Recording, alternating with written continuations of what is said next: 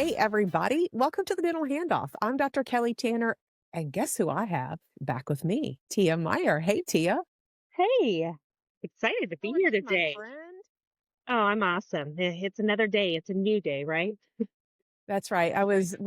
Before we hopped on, I was asking Tia, I was like, okay, I'm having you back on. I know that we had a lot to talk about last time.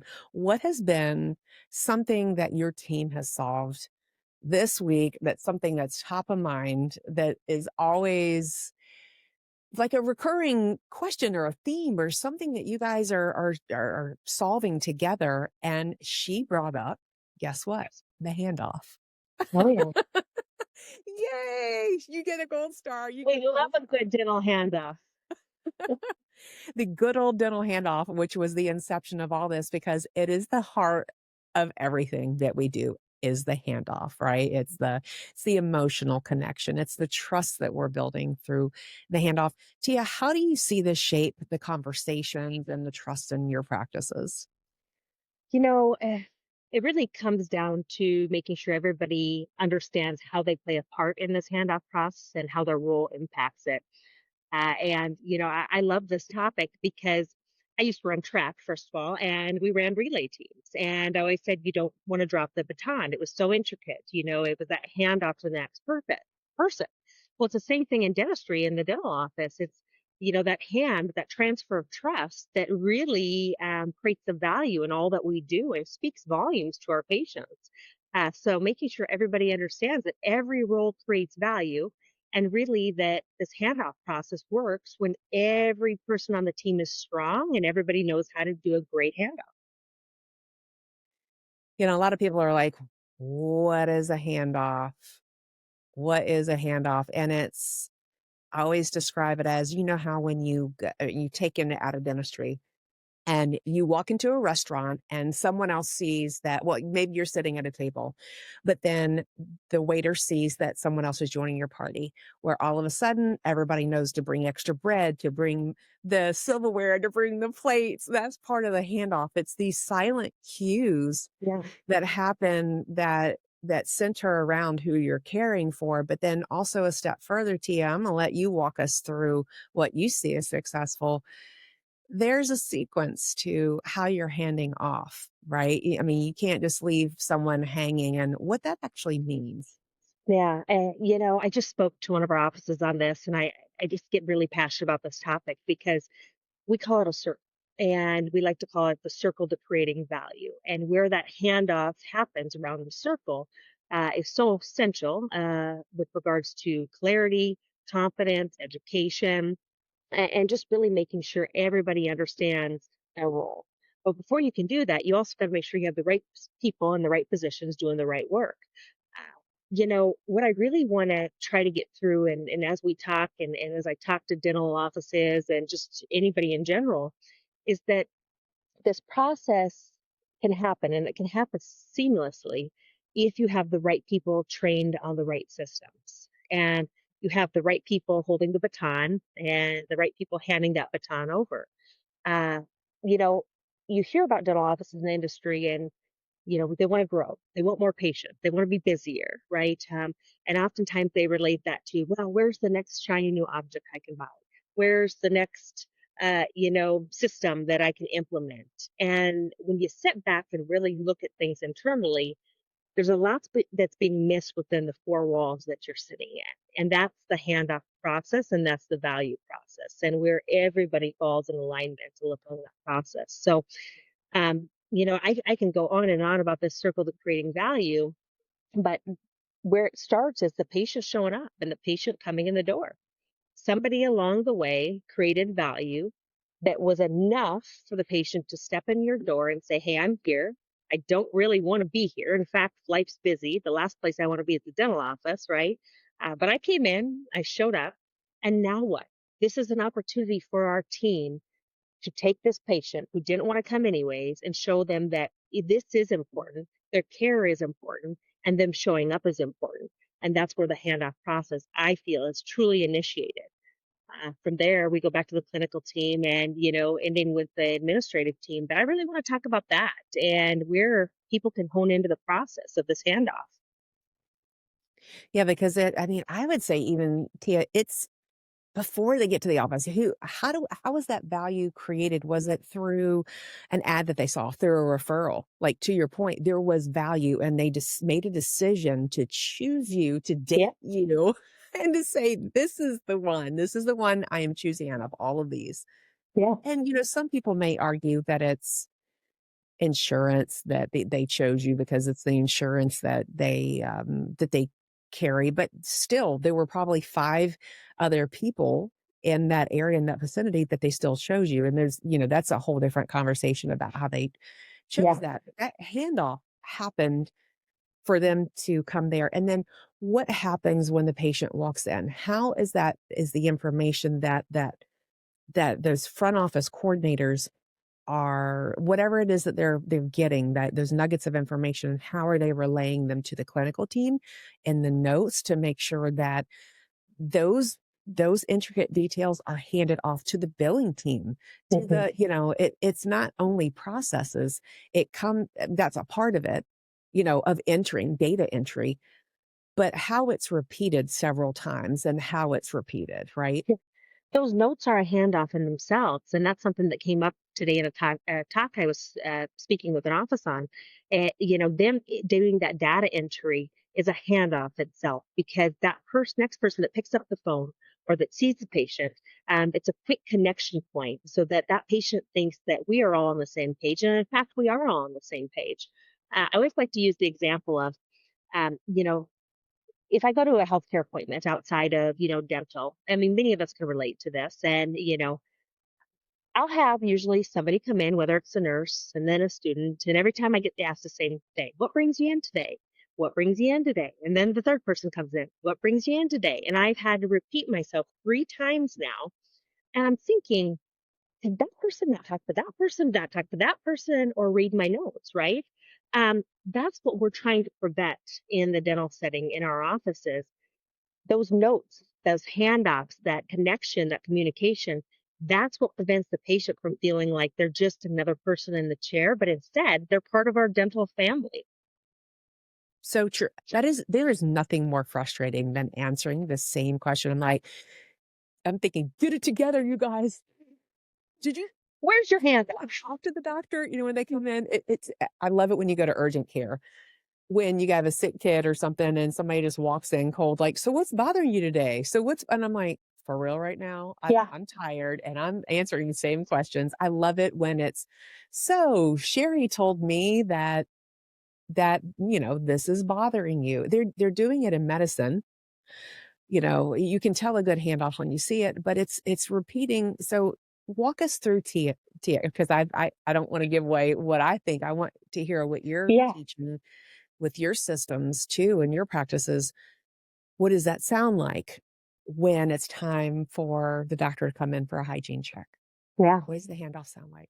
yeah. So when you're in that moment, you have an opportunity to create this connection between you, the hygienist, and the doctor, right? Or the assistant and the hygienist and the doctor. And that is all in your verbiage and that's all in your actions in the operatory.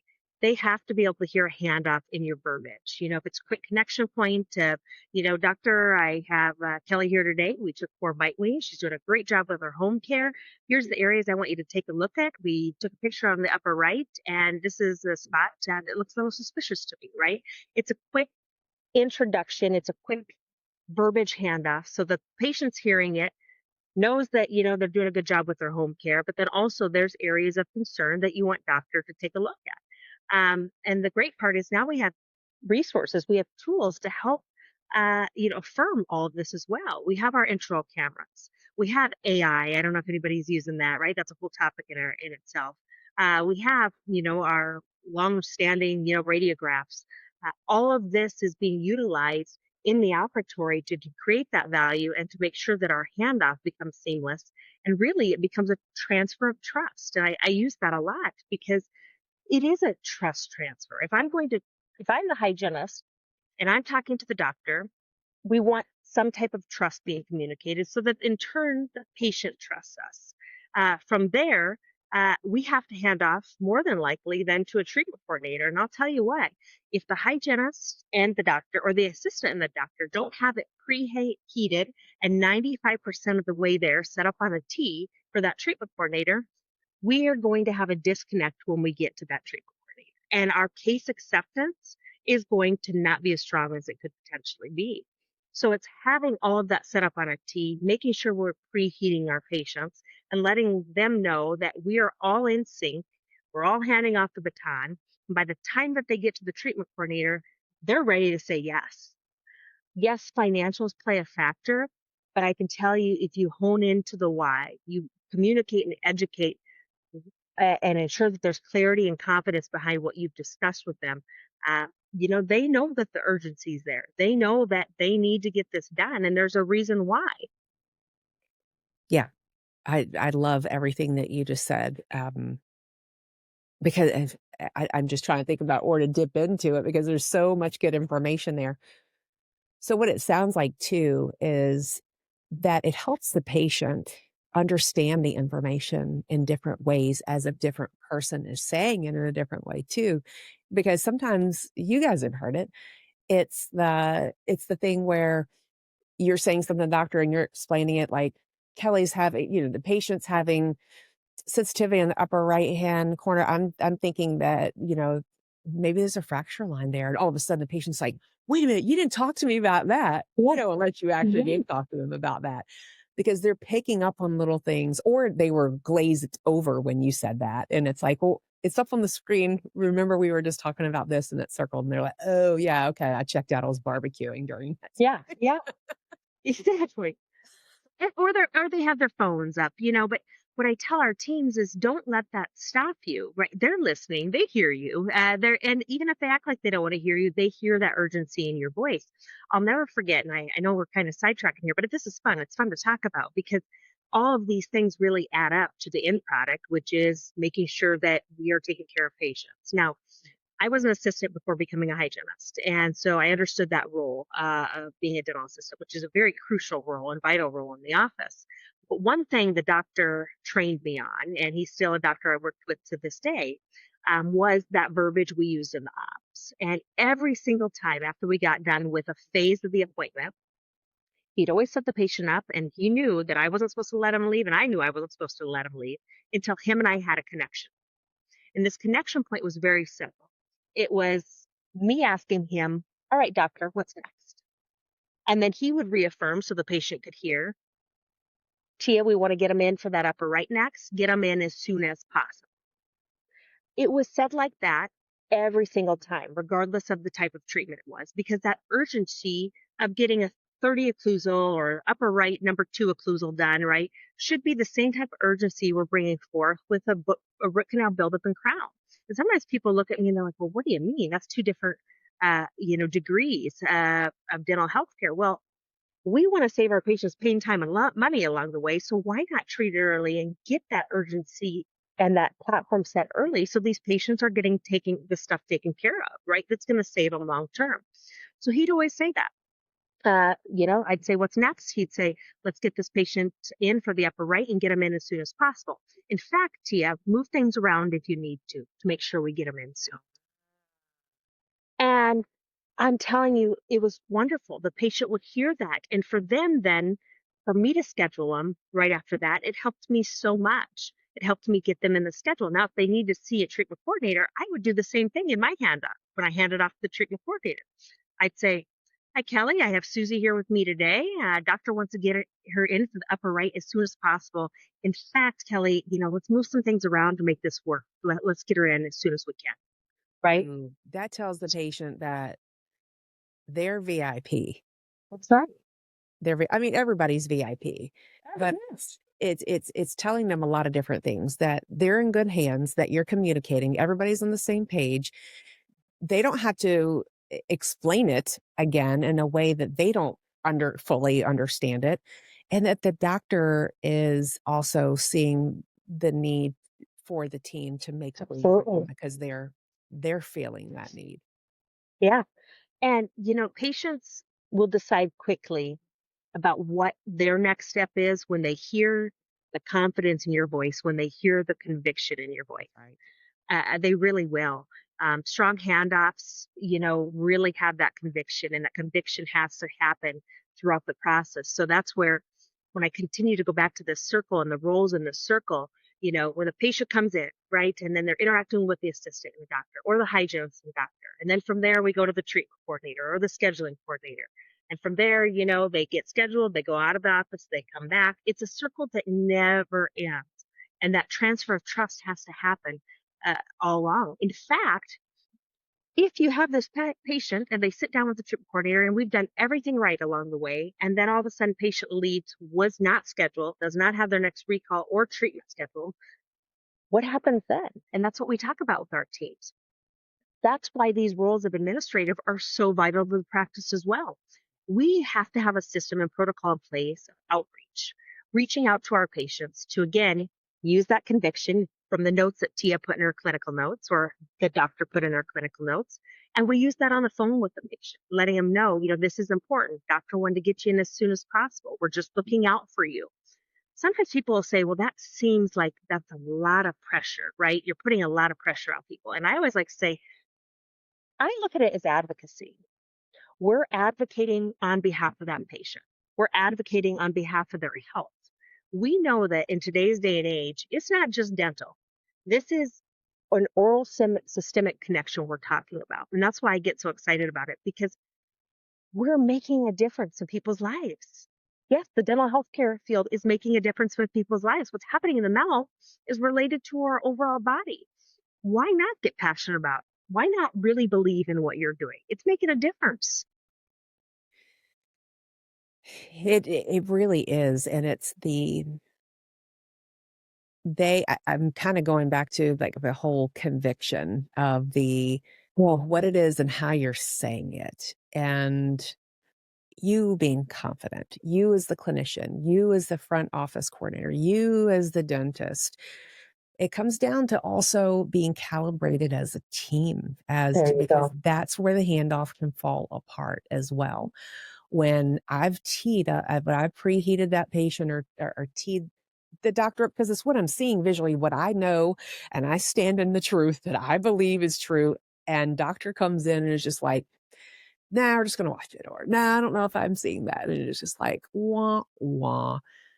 So there's like pre-work to that handoff actually being successful, with all the team members, of knowing and feeling confident and having trust in Absolutely. you and what you've done before you brought them up. Yeah.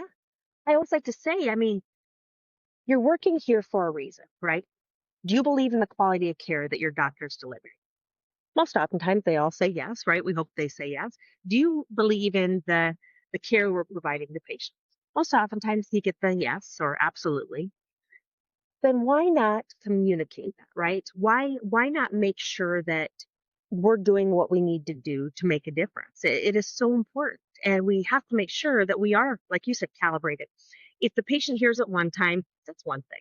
But then twice, three times, four times. In fact, that message they just heard once, twice, three times, four times is all the same message, just conveyed, and maybe from a different person or in a little bit of a different way. They're going to get the message, and they're going to understand that this is important. It's important what Kelly's saying. It's important what Tia's saying. Gosh, maybe what the doctor said is important. I bet we hear a lot, and we've seen a lot. If you're sitting in a room and you ask everybody, how many in here has ever experienced when doctor leaves the room, the patient says, "Do I really need this?" Yeah. We all get that question, and you'll hear hands go up. Yeah, we get that all the time. And then I like to say, well, what's our response, right? Our response is going to be everything. It could be something as simple as, Kelly, I don't have a magic uniball, but what I can tell you is this is the smallest it's going to be. This is the cheapest it's going to ever be, right? And I want to look out for you now rather than run into a problem later. It's going to be bigger, more expensive. Let's get this done. I believe the doctor, right? Be painful, right? Hurt. Wake up on a holiday morning and all of a sudden no one's open and you need help, right? That's what we're trying to prevent. I like to also use the example. I love what you said, because that is what I say all the time. I also will use personal experience and say, listen, I saw, if it's true, like if this is what suits you, I Absolutely. saw this, I saw this patient with the same exact thing yesterday and they waited too long. And here's how it ended up for them. And I am so glad we caught this early. Hmm. And they're like, I don't want to be like this patient. You're not saying anything untruthful. You're not saying anything manipulative. You're telling them what you've seen. And you don't have a magic eight, like the little shake. I need to have that on my desk actually. I like that. Let's get you a Yeah, magic let's cake. do that. We don't have one, but we know enough clinically to know what happens if it progresses. We Yeah. don't need a crystal ball. We know scientifically what happens. So Tia, I would even say that the handoff, tell me if you agree. The handoff is, I want to talk about one, hold this like in a parking lot, how you train your team, because we don't learn how to do the handoff, right? We don't learn how to do that. So let's parking lot that. But I think that it's also starts at the morning huddle Yeah. for the day, Absolutely. because that way everybody knows who's on the schedule, who's doing what. If you're using an iTero, where the technology is, if doctor's going to be longer a procedure, if there's a person who needs more time because they have anxiety, all of those things that can derail your day and everybody's stress goes through the roof. Your morning huddle sets the tone for the day. You're absolutely right. Um, and yeah, you're talking about what is today, maybe even what's tomorrow, what's the next day, a few days forward, what patients are coming in. You're talking about big picture items, right? And going through what we can do to be prepared. Or even something as simple as, hey, I'm the hygienist. I have Kelly in today at 2 o'clock, and it looks like she's outstanding treatment. If we have a cancellation, let's see if she wants to stay to get her in. That's the kind of conversations we're having in that morning huddle to prep for the day. Now, will your day fall apart? The answer is it might. And will things go unplanned? Yes. But if you have that connection point with your team at the beginning of the day, I think that definitely sets the tone. In fact, I know it sets the tone, and it also is just a form of team bonding, team building. That we're ready to go. Let's make this day great, and let's do it together. Because the patients appreciate it too, like, because you're saving them time. They've already had to request the time off from work, Yeah. move their meeting schedule, drive to the office, save the time to be in the chair. Why wouldn't we look ahead for them to say, we know that there's outstanding treatment, they have an existing DO that they were going to call us back on. Let's see. Maybe you call the person ahead of time to say, hey, you're going to be here. Doctor happens to have time if it works for you. Absolutely. Give them a heads up. And that way they can say, let me see if I can slide that next meeting because that's not a bad idea. I'm already there. Yeah. But also, now you've just created urgency again. And we keep going back to that word, but it really is true. You just created urgency and value in that appointment. They heard you say, like, you're willing to do this or make this work. So maybe they want to make it work too because they heard it in your voice.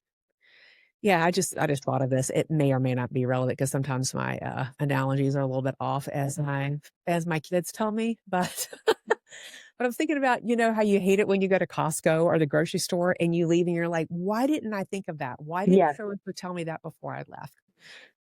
I would feel more frustrated if I had forgotten something and someone didn't tell me, like, man, I could have done that then. Or Mm. I should have asked about if they had time to do that. But of course, we're juggling so many other things. And this is what our patients rely on us for, is to say, would you happen to be able to stay for an extra 30 minutes? And that's why I go back to the advocacy part. That's why we got to be advocates for our patients because they're not thinking like we are in the moment, right? We're honed into healthcare. Patients are coming in and out. We know, the ins and outs of all this. They're thinking about how fast can I get out of this appointment? Who do I need to pick up from daycare? Where do I need to get this kid to soccer practice or gymnastics? So it's like we got to keep them on this track, this train that's moving forward, and be their advocate, be their biggest advocate. For sure. How should we train the team to do this? Where do we start? I'll tell you how we do it. It's through consistency in training within. Whether it's team meetings, whether it's department meetings, and our teams meet usually bi-weekly on certain topics at hand. And it could be something as simple as a dental handoff 101. Let's revisit our processes and see where every role that's sitting around this table can become stronger. Assistants, let's look at our process. What can we do tomorrow that can just make us stronger, and also benefit the patient. Same with the hygienist, same with our customer service specialist. It's about honing into it and making sure that everybody understands their role and know that they're not doing anything wrong. It's just more so about what can we do to become stronger tomorrow and for our patients. That consistency and setting aside time. My mind's going about 20 places here because like I said, I get excited about this, but you know, doctors want full schedules. Business owners want full schedules. We're a business. It's just like the bakery down the street. We're selling a product of value. The bakery's selling a product of value. They're making a profit. They're a business. We're a dental office. We're selling a product of value. We want to be profitable so that we can continue to buy things and stay in advance with technology to better serve our patients, right? And so we have to make sure that everybody understands their role in this process and believes in the role in this process. And they're trained on it, they're educated on it. And they know that the why behind what we do isn't just for money, but how we look at money and how we believe in money and then how we look at our goals is really the data we need to say, hey, we are aligned, we are calibrated, we are being intentional about things, and look at showing in our numbers, it's showing in the strength of our business here. So it really starts with, yeah, we want to be busy, we want to get busier, and we want our schedules to be full. My challenge to those that are listening is set back. Don't think about buying the next new, scanner, although all of that stuff is great. First, before you do any of that, make sure internally your systems are set up, your workflows are set up, and your people are trained. Because oftentimes you're going to find 20, 30, $40,000 of production by just honing into that education with your team and getting people that believe in your systems. And you don't have to buy the next brand new thing to train on that and then train on that. It's really just looking internally. Yeah. When are you I love how you said that the dentist that you worked with, you had different phases and people weren't it was like a red light. You weren't able to go the next step without that. One of the things that I do when I'm training is to think of it like you mentioned it, like as a phase, like a yellow light. Okay, you're getting ready to transition, hand off. Don't nobody, if you're leaving the room, you come back with the next person who comes in the room. Like there's rules of engagement with Mhm. that to make sure that that patient hears that handoff. Because it's not Yeah, just it handoff doesn't mean going in the break room to tell the doctor. That's not I mean, it's building trust because the doctor knows when they come in. I yeah. think doing it in front of the patient is powerful. I am with you 110%. Uh, yes, you might have to have that behind the scenes talk on certain things, right? But For sure. then take it and reiterate it in front of the patient. The patient has got to hear it. And it's like I said earlier, they might be on their phone. Sometimes it's just, that's what they feel comfortable. They're on the phone, but they are listening. I'm telling you, they're listening and they're hearing it. And speak up so they can hear it. Um, you got to talk in front of your patients. I've went into offices and offices that we've looked at and we're going to potentially acquire. And this is of no fault to them. I want people to hear me say that. It's just they don't know what they don't know, right? And I'll see the patient in the chair and the hygienist or the assistant there, and doctor comes in, and not a word is said between the doctor and the assistant or the doctor or the hygienist. It's very uncomfortable. The feeling's uncomfortable for me just watching. I can only imagine what it is for the patient. Yeah. And and it's kind of like they're in a vulnerable state. But if they hear that these people talking, they're talking about the person, which in fact is the patient in the chair, and they're recapping everything. Patient starts to feel comfortable, like, wow, maybe they do know what they're talking about. Maybe this is right what the hygienist has said because the doctor just reiterated it or nodded to it. Um, and it's just, I can't, yeah, it's a whole topic in itself, Kelly. It's just, you're so right. The verbiage in front of the patient, it has to happen. Yeah. Has to happen in front of them. Yeah. Thank you for walking me through this. This is absolutely one of my favorite topics, and when Yeah. she's like, "I wanna talk about a handoff," I'm like, "Yes!" Yeah. The handoff like I do, because it's that human experience that creates the connection. Thank you so much for taking time and your expertise. Thank you. I feel like it's nice to connect with someone that has the same thought process in mind because it's nice. And it's kind of like a venting session. Here we are, and hopefully you can help others become stronger. for sure. Maybe we'll get back on with a different topic and be That's like, right. okay, let's talk about this today. Yeah. Yeah. Well, thanks again for your time. And to all my listeners, I always ask to go on over to Apple Podcasts to give the dental handoff a 5-star rating. 5 stars. I'm handing off. Tia, tell them to give them 5 stars. And if you are watching this on YouTube, if you wouldn't mind like placing a little comment in the text box, say, hey, love you, or hey, have a good day, or something, so the algorithm knows that we're relevant and it's recommending us to other people. And go ahead and like, subscribe, and share it to people you love. Appreciate everything that you do on the daily to touch people's lives. We will see you again next time. Thanks, Tia. Thank you, Kelly.